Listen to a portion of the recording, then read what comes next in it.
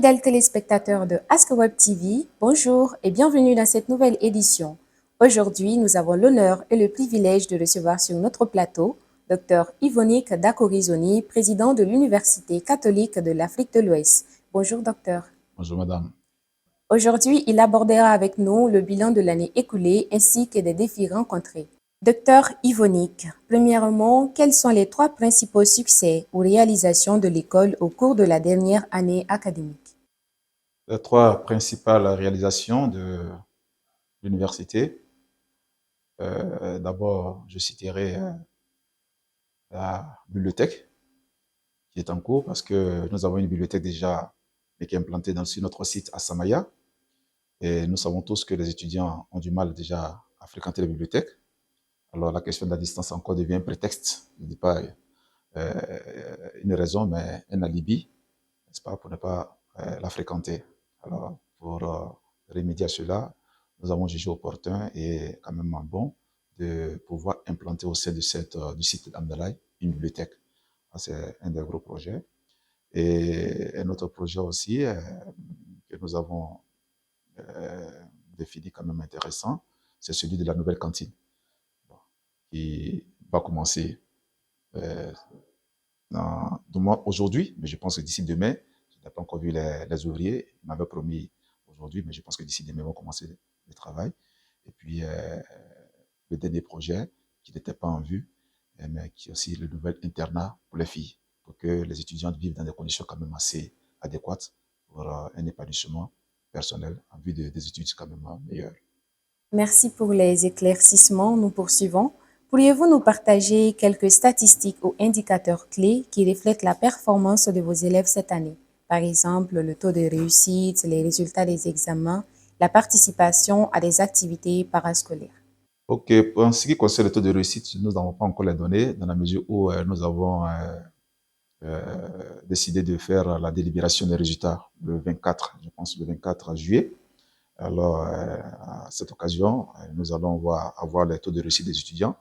Mais pour l'heure, ce que j'ai reçu de la direction académique, c'est que il y a beaucoup d'étudiants qui ont été admis aux différents examens. Bon, j'espère que nous aurons quand même un taux de réussite assez intéressant, respectivement à celui de l'année dernière. Et nous attendons le 24 pour confirmer cela. D'accord. Nous espérons que les résultats soient meilleurs. Quels ont été les retours les plus significatifs des élèves, des parents ou du personnel concernant l'année écoulée? La première réaction des parents, c'est au niveau des frais de scolarité. Voilà. Nous savons tous que nous sommes dans un contexte africain en général et un contexte malien assez difficile, assez délicat, si bien que ce n'est pas tous les parents qui sont en mesure quand même de payer la scolarité de leurs enfants, étant donné que les frais de scolarité ici, n'est-ce pas, à notre université sont assez quand même élevés. Alors, beaucoup plaident pour que nous puissions revoir à la baisse, n'est-ce pas, ces frais de scolarité. Pour l'heure, bon, la question n'est pas encore l'ordre du jour, dans la mesure où l'université est en train de se construire. Et elle a besoin quand même aussi de financement, n'est-ce pas, des étudiants pour pouvoir se réaliser. Une autre question aussi soulevée par les parents et certains étudiants, c'est la question, n'est-ce pas, de la drogue en milieu universitaire. Malheureusement, notre milieu aussi est impacté. Et cette année, nous avons eu droit à certaines violences, n'est-ce pas, au sein de l'université. Et dans cette dynamique, j'ai eu rencontré des parents, des victimes et des étudiants aussi victimes de cela. Et nous sommes en train de réfléchir, n'est-ce pas, pour trouver une solution à ce fléau. Et je pense qu'un dernier point aussi, c'était un peu la question du diplôme. Voilà, parce que, pas le diplôme en tant que tel, mais les attestations que nous donnions, n'est-ce pas, que nous donnons pour, nous avions tendance à mettre attestation de réussite. Et nous avons été interpellés par certains parents institutionnels de l'université pour que nous puissions nous conformer à ce qui s'est fait ailleurs, au lieu de mettre attestation, et nous avons tranché la question. On ne met plus attestation de réussite, mais attestation, n'est-ce pas, de licence, attestation de master en journalisme et communication, en sciences juridiques et en sciences économiques. Y a-t-il eu des initiatives ou des programmes mis en place cette année qui se sont avérés particulièrement efficaces? Je dirais principalement la nouveauté, c'est la journée scientifique des masters. Parce que nous sommes rendus compte que beaucoup beaucoup d'étudiants en master tardent d'abord dans le choix, n'est-ce pas, de leur thème de mémoire et ensuite, n'est-ce pas, dans le projet lui-même. Alors, avec cette décision que nous avons prise d'instaurer à partir de cette première expérience la journée scientifique des masters, qui a été une expérience fructueuse. Malheureusement, les Master 1 n'ont pas été conviés à cette rencontre. Bon, hier, nous avons fait de réunion et on a demandé à ce que pour la prochaine fois, cela soit réparé. Et beaucoup de masters ont partagé avec leurs collègues et surtout les professeurs qui étaient présents, environ 4 à 5 professeurs par UFR, ont partagé quand même, ont fait l'état d'avancement, n'est-ce pas, de la projet de mémoire. Et je pense que des corrections ont été faites, comment je peux dire ça en bon français, des amendements ont été faits, des suggestions ont été faites aussi à beaucoup d'étudiants pour qu'ils puissent revoir un peu leur projet de mémoire et puis surtout fréquenter les bibliothèques pour pouvoir rédiger une mémoire quand même scientifique. Du coup, quels ont été les principaux défis auxquels l'école a été confrontée au cours de l'année académique? Je pense que le principal défi, c'était celui de finir, n'est-ce pas, les cours à temps, dans la mesure où nous avons commencé les cours un peu en retard sur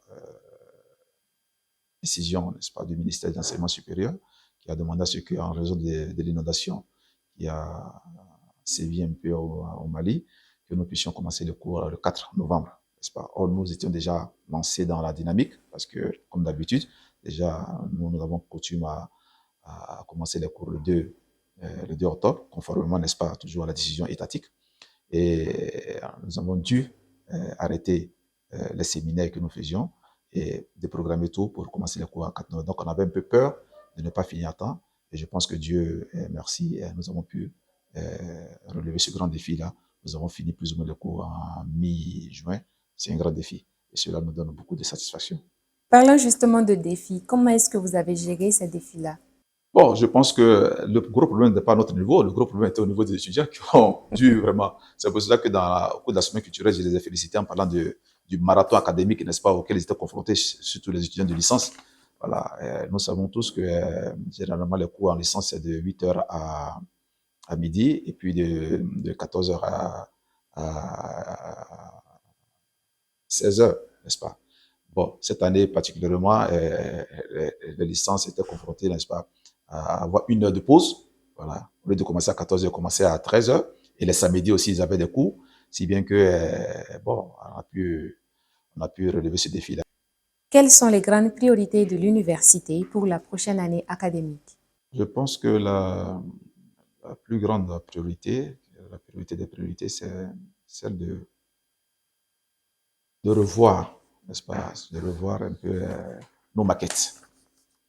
Et hier, nous avons pris la décision de travailler déjà en UFR, en amont pour préparer, et nous aurons une grande réunion en septembre, d'abord une réunion de formation avec des experts en la matière, et après cela, l'équipe, n'est-ce pas, de l'université va travailler pour revoir ces maquettes, de telle sorte que les nouvelles maquettes que nous allons proposer soient adéquates, n'est-ce pas, à ce que nous demande le ministère de l'Enseignement supérieur à travers l'agence de qualité, la MACSUP, et aussi le CAMES.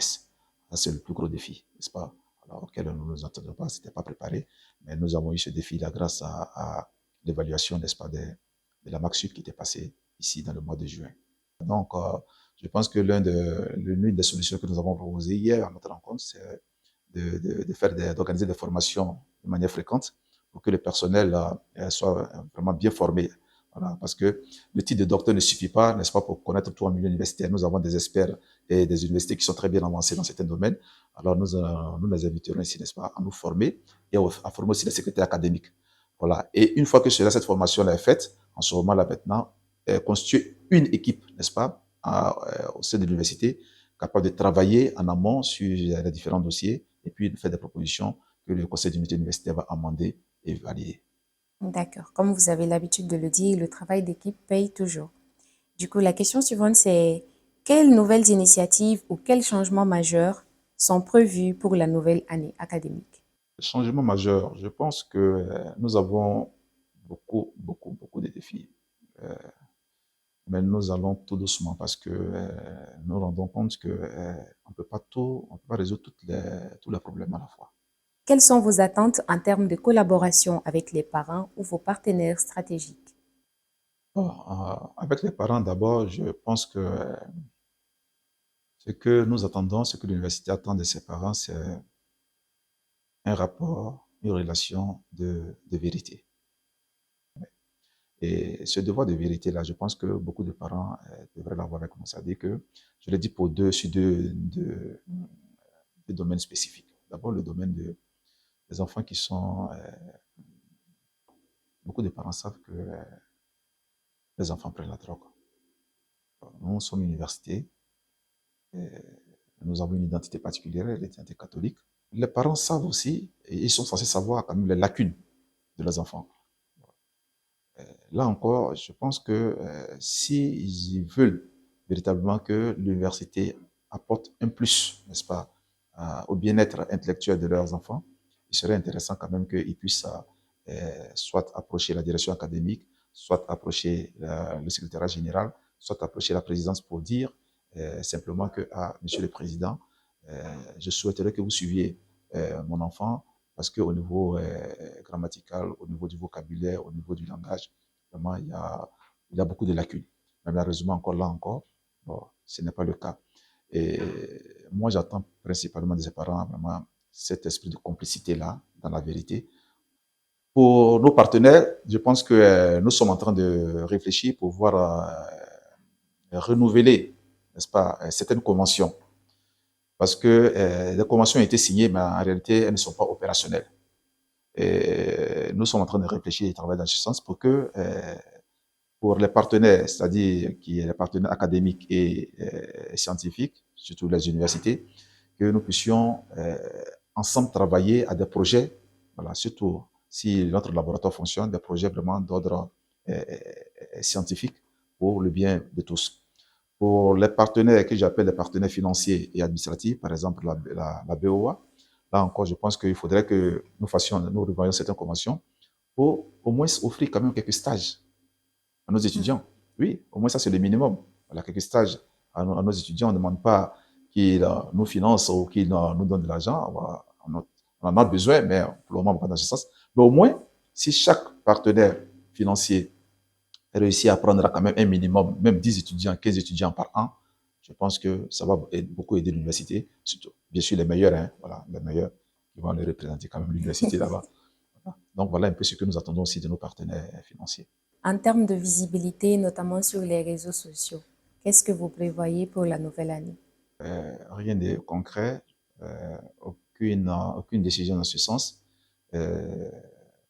Nous sommes toujours en réflexion dans la mesure où j'ai eu à discuter avec certains de vos collègues qui ont fait des réflexions, des suggestions très pertinentes. Et je pense qu'au moment opportun, nous y arriverons.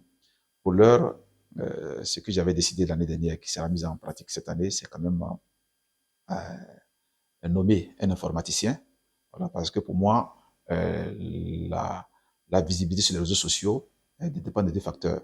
Le facteur communicationnel et le facteur informatique. Bon, si déjà nous réussissons à un appel à candidature qui sera lancé d'ici quelques jours pour recruter un informaticien pour notre université, si nous recevons un informaticien, en ce moment-là, maintenant, après, nous allons penser à trouver un communicateur ou un communicologue, n'est-ce pas, quoi qu'il en soit, quelqu'un en journalisme et communication, provenant de notre université, qui peut nous aider, n'est-ce pas, à nous rendre visibles sur les réseaux sociaux. Voilà. Ça, il y a beaucoup de choses encore à faire, mais pour le moment, ce n'est pas encore à l'ordre du jour. Comme vous l'avez dit à votre arrivée, vous avez un rêve. Du coup, comment envisagez-vous l'évolution à long terme de l'Université catholique de l'Afrique de l'Ouest? Alors, je disais que cette université a beaucoup de potentialités. Alors, ce que moi, je suis en train de faire, c'est d'abord des bases juridiques à travers des tests à partir desquels nous devons fonctionner. Et cela manquait dans cette université. Et aujourd'hui, l'un des acquis, c'est que en un an, n'est-ce pas, j'ai pris assez de décisions, aussi bien pour les aspects financiers, les aspects administratifs, que les aspects, n'est-ce pas, académiques et scientifiques.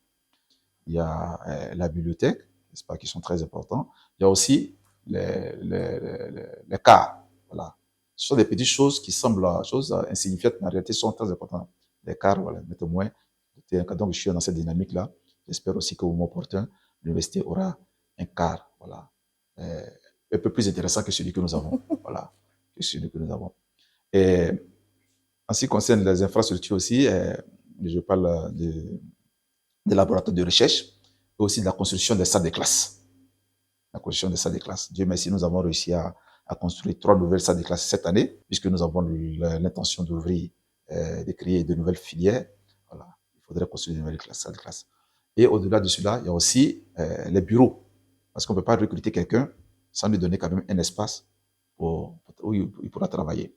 Nous arrivons ainsi au terme de cette nouvelle édition. Nous remercions chaleureusement Dr Yvonique, président de l'UCAO, d'avoir répondu favorablement à notre invitation. Merci, docteur. Merci beaucoup. Et vous, très fidèles téléspectateurs, merci de votre fidélité et à très bientôt sur Ask Web TV.